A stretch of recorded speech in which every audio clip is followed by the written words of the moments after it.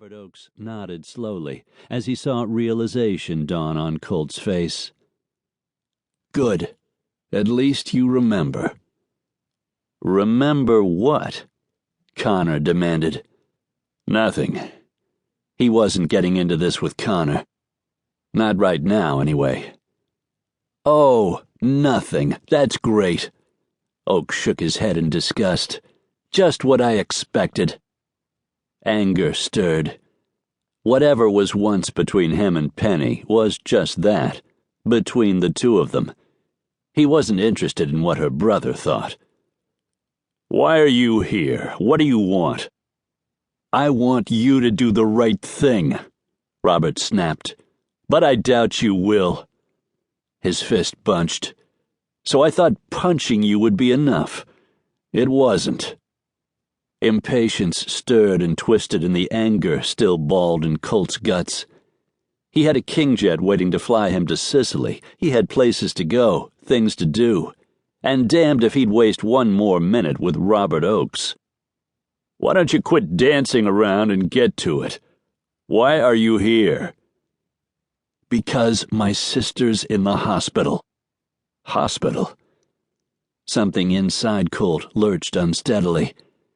Instantly, memory shifted, his mind filling with images of another hospital, the cold green walls, the grim gray linoleum, and the stench of fear and antiseptic flavoring every breath.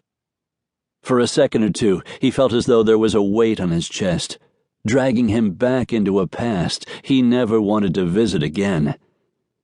Deliberately, he pushed away from the blackness at the edges of his mind and fought his way back to the present. Pushing one hand through his hair, Colt focused his gaze on Penny's brother and waited. My sister had an appendectomy yesterday, Robert told him. Relief that it wasn't something more serious was a small, slim thread winding its way through the tangled mass inside him. Is she okay?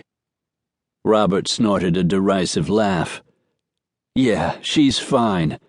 Except, for worrying about how she's going to pay the hospital bill. And worrying about her twins. Your twins. All of the air left the room. Colt knew that because he couldn't draw a breath. He shook his head while he tried to get a grip on what Penny's younger brother was telling him. But how the hell did you make sense of something like that coming at you out of the blue? What the hell was he supposed to do, say, think?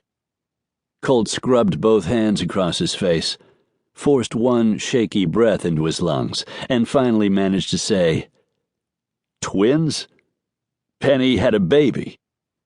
2, Robert corrected, and looked from Colt to Connor and back again. Looks like twins run in your family. And she didn't tell him? Connor sounded as stunned as Colt felt. Fury rose up and nearly choked him. She had never said a damn word. She'd been pregnant and hadn't told him.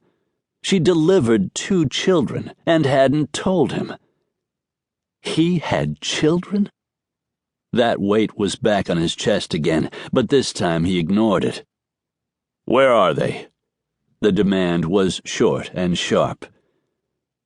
Robert looked at him warily, and Colt knew that his expression must have mirrored the anger erupting inside. My fiancée and I have been taking care of them.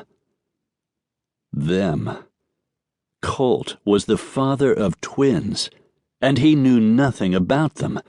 How was that even possible? He'd always been careful. But apparently, his mind taunted, not careful enough. A small voice in the back of his mind whispered that this might all be a lie. That Penny could have told her brother a lie. That the babies weren't really his. But even as he considered that possibility, he dismissed it. That would have been too easy. And Colt knew better than most that there was nothing easy about any of this. A boy and a girl, if you're interested. Colt's head snapped up, and his gaze narrowed on Robert. A boy and a girl. He had 2 kids.